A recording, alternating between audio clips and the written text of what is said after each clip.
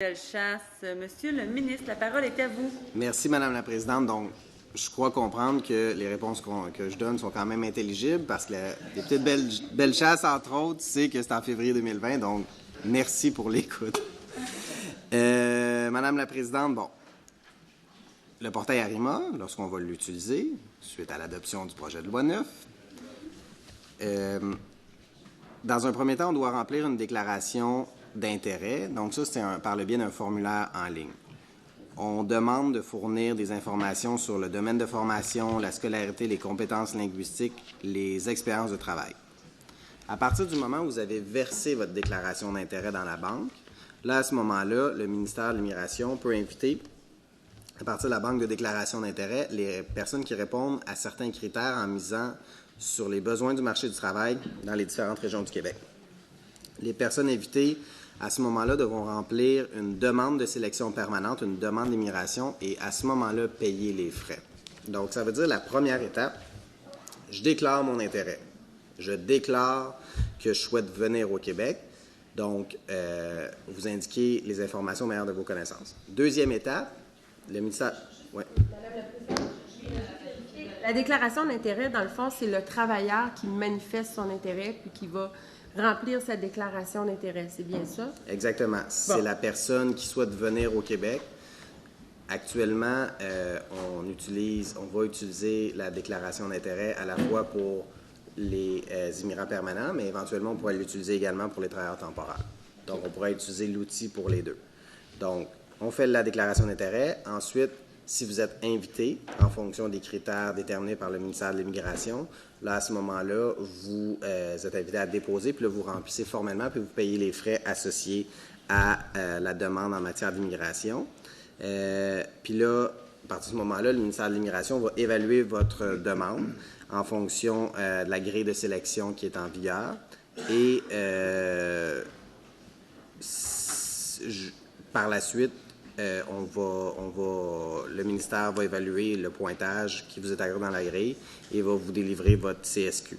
Donc, autre élément important, là, c'est que c'est possible de déposer en tout temps la déclaration d'intérêt gratuitement et que c'est pas nécessaire non plus de recourir au service d'une personne rémunérée pour vous accompagner dans cette démarche-là. Donc, c'est un système qui est très facile à utiliser pour pouvoir remplir les demandes. Donc, vous n'avez pas nécessairement besoin de passer par une autre personne pour faire la demande. Vous pouvez faire la demande vous-même. C'est la convivialité qui est souhaitée par le système.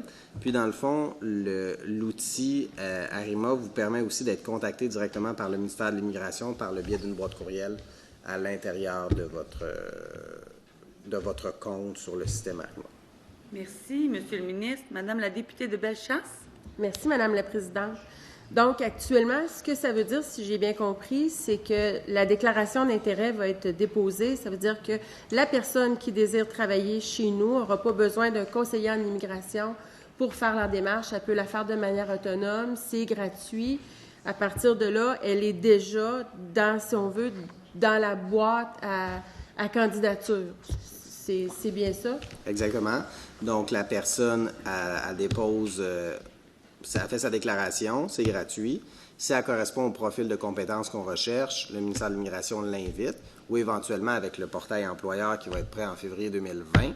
Alors, de façon autonome, la personne pourra constater la candidature de la personne, les compétences, et lui faire une offre d'emploi validée. Où c'est important, le lien entre l'employeur et le candidat à l'immigration, au niveau de l'offre d'emploi validée, c'est qu'on indique clairement de notre désir de prioriser les personnes qui ont une offre d'emploi validée et particulièrement en région, de façon à combler les besoins de main-d'œuvre. Donc, c'est comme ça qu'on va arrimer les choses. Merci, Monsieur le ministre. Madame la députée de Bellechasse. Merci, Madame la Présidente. Donc, ça veut dire que le maillage se fait entre les déclarations d'intérêt et puis les dossiers qui ont été rentrés par les employeurs, en fait, qui auront été rentrés de manière autonome en février 2020 ou à partir de l'été prochain. Le maillage va se faire entre le portail, en fait, et puis les déclarations d'intérêt. Bien, dans le fond, la personne fait une déclaration d'intérêt. Dans un premier temps, le ministère de l'Immigration peut dire « Moi, j'ai besoin, supposons, de soudeurs. » Donc, va regarder dans la banque, va inviter les soudeurs qui veulent aller, supposons, à Belleuil. OK? Je vous mets ça rough, là. Et donc, on va les inviter prioritairement. Puis si en plus, ils ont une offre d'emploi validée par une entreprise en soudure de Belleuil, ben ils vont être invités prioritairement parce qu'ils sont déjà arrimés en lien avec un employeur.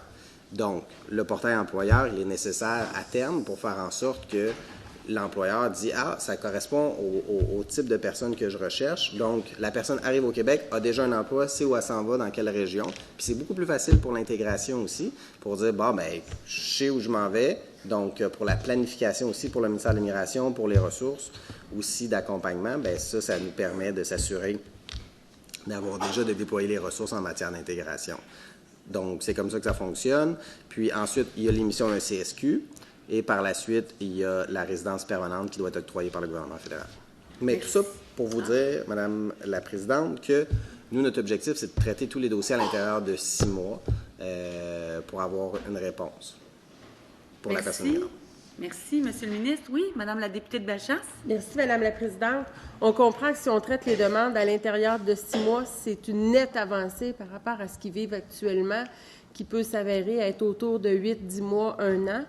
Et c'est très difficile. On comprend aussi, parce qu'on en a parlé quand même précédemment, que c'est beaucoup de ressources qui sont mises en place pour l'arrivée puis l'intégration des travailleurs. Puis, je dois le souligner, je trouve ça intéressant de voir à quel point on met de l'avant plusieurs mesures dans ce sens-là. Il me reste, par exemple, peut-être une petite question qui me vient à l'esprit. ARIMA va permettre de rendre les choses plus faciles et plus rapides. Par contre, j'aimerais savoir comment le système ARIMA va s'ajuster dans le temps avec les besoins qui sont changeants. Actuellement, on sait qu'il y a un grand manque de main-d'œuvre, particulièrement en région pour des postes de manœuvre, d'opérateurs. Mais avec le temps, la situation, on le sait, c'est très fluctuant et ça change. Donc, ARIMA va faire comment pour s'ajuster dans le temps avec les besoins qui changent de la société puis du milieu économique? Merci, Madame la députée. Monsieur le ministre. Madame la Présidente, dans le fond, ARIMA n'est pas gelé au niveau des listes d'invitations qu'on va faire parce que les publications vont être faites, dans le fond, il y a des décrets qui vont être pris pour déterminer en fonction de qu'est-ce qu'on décide d'inviter. Dans le fond, en fonction de quels critères de compétences vont être publiés, fait qu'on va pouvoir s'adapter dans le temps. L'avantage du système ARIMA, c'est l'agilité avec lequel on va pouvoir travailler parce qu'on va pouvoir déterminer, bon, bien, finalement, c'est plus dans la région de Bellechasse qu'on a davantage de besoins. On va cibler la région ou, supposons, au Saguenay. Donc, on va pouvoir moduler les invitations en fonction des besoins du marché du travail ou dire on vise telle catégorie d'emploi ou telle autre catégorie d'emploi. Et c'est une nette amélioration, le 6 mois, le délai de traitement du dossier sur le volet québécois, parce que même actuellement, en moyenne, le délai, c'est 36 mois, ça veut dire 3 ans. Donc, on sauve 24 mois pour la personne immigrante pour répondre aux besoins du marché du travail. Donc, ça, le 36 mois, c'est le bilan du Parti libéral, de dire qu'on laisse les gens dans leur pays d'origine durant, en moyenne, 3 ans, alors que nous, on est vraiment dans une approche pour amener beaucoup plus rapidement les personnes immigrantes ici pour qu'ils viennent travailler, et ce, de façon permanente. Et cela étant dit, on travaille également pour amener plus de souplesse sur le programme des travailleurs étrangers temporaires pour que ceux-ci aussi viennent rapidement au Québec et puissent également se permanentiser. Merci, Monsieur le ministre. Simplement, vous mentionnez qu'il vous reste moins d'1 minute au bloc. Merci, Madame la Présidente. Allez-y. Oui, je remercie Monsieur le ministre de faire de bien ajuster le 36 mois parce qu'effectivement, quand je disais 1 an, je faisais référence au programme des travailleurs temporaires, celui qui est majoritairement utilisé par nos entreprises, bien qu'on se rend compte avec la limite du 10 % que ça occasionne des gros problèmes pour certaines entreprises. Donc, je terminerai en disant que j'ai bien hâte, moi aussi, que ce programme-là soit en fonction parce que nos entreprises en ont réellement besoin. Merci, Madame la Présidente. Merci, Madame la députée. Il reste